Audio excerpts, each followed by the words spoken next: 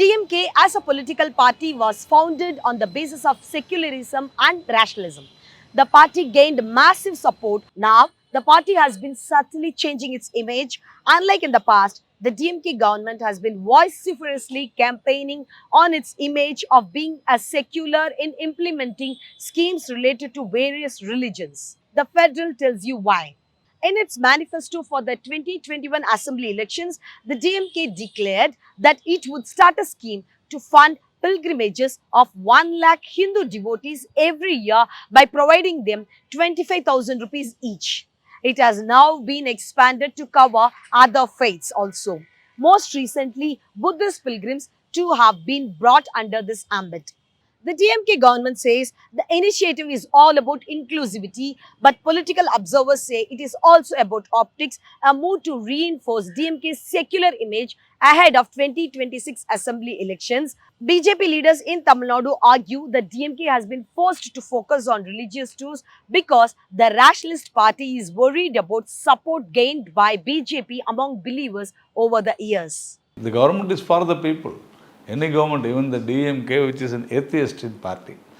But they have to do it because it is, India is one, Bharat is our Bharatiya culture is definitely, a religious one, whether it is Hindu or Muslim or Christian. Even now, government is not spending money from its packet.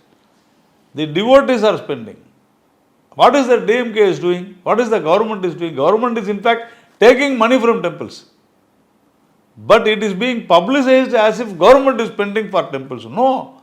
The BJP has been critical, calling the move as a calculated attempt to win over religious communities. When the Federal sought a response from DMK, its spokesperson TKS Ilangovan argued the expansion of the religious tourism fund only reflects DMK's inclusive vision and the party is working towards fulfilling manifesto promises. The very movement, the Dravidian movement, was started only to protect and save the self-respect of the Hindu people, who constitute 90% of the total Hindu population. They are backward classes, scheduled castes and tribes. They were sidelined by the Manu Dharma concept. So the Dravidian movement was started only to protect those Hindus who were backward classes and scheduled castes. We gave them education, we gave them employment, we brought in reservation for them. So they cannot say that we are anti-Hindu. When we do something to one particular religion, naturally the people following other religions will also ask the government. As I said, as per Article 25, we have to work as per the constitution. If the other community people, other religious people ask, we have to do something good to them also. Just because the party does not have faith in this, we cannot ask the people to also not to have faith in this. That we will preach in the public meetings, the DMK platforms, and whether how many people accepts them is a different question.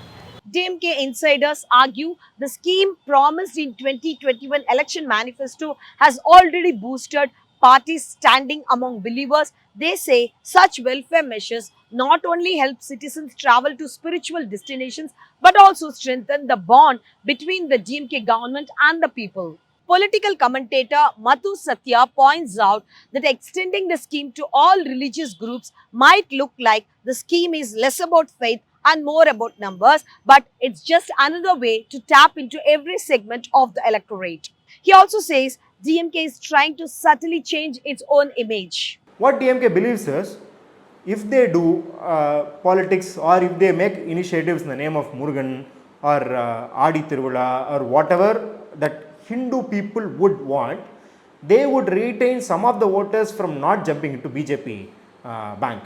But the thing is, this might be true for one election, for 2026, but in the long run, this is going to create some sort of base for BJP.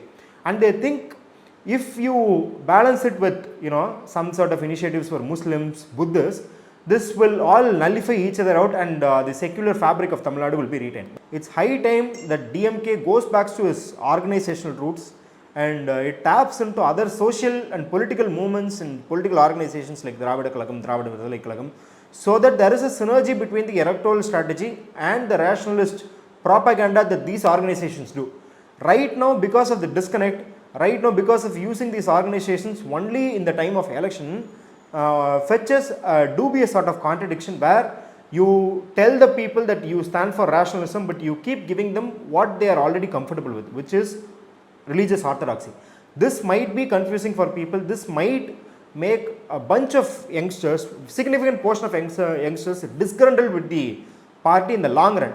For now, thousands of devotees are benefiting from the state support for their pilgrimages. Whether the scheme strengthens the DMK's secular credentials or simply becomes another tool in Tamil Nadu's electoral chessboard will be tested in the 2026 assembly polls. Religious tourism, once seen only as a cultural activity, is now also shaping up to be a powerful political narrative in Tamil Nadu.